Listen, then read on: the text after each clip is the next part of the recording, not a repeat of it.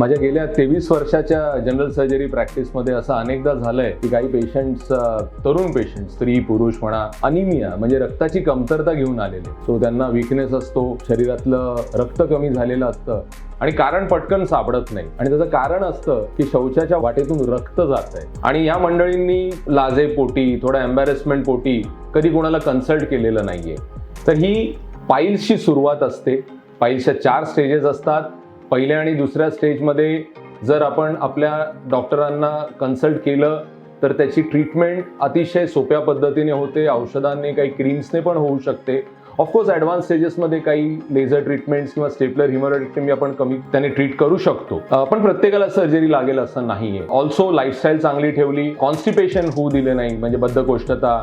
So डाएटमध्ये fibres ठेवा, पाणी भरपूर घ्या, एक्सरसाइज करा, तर त्याच्याने आपल्याला हा पाईल्सचा त्रास नक्कीच टाळता येईल.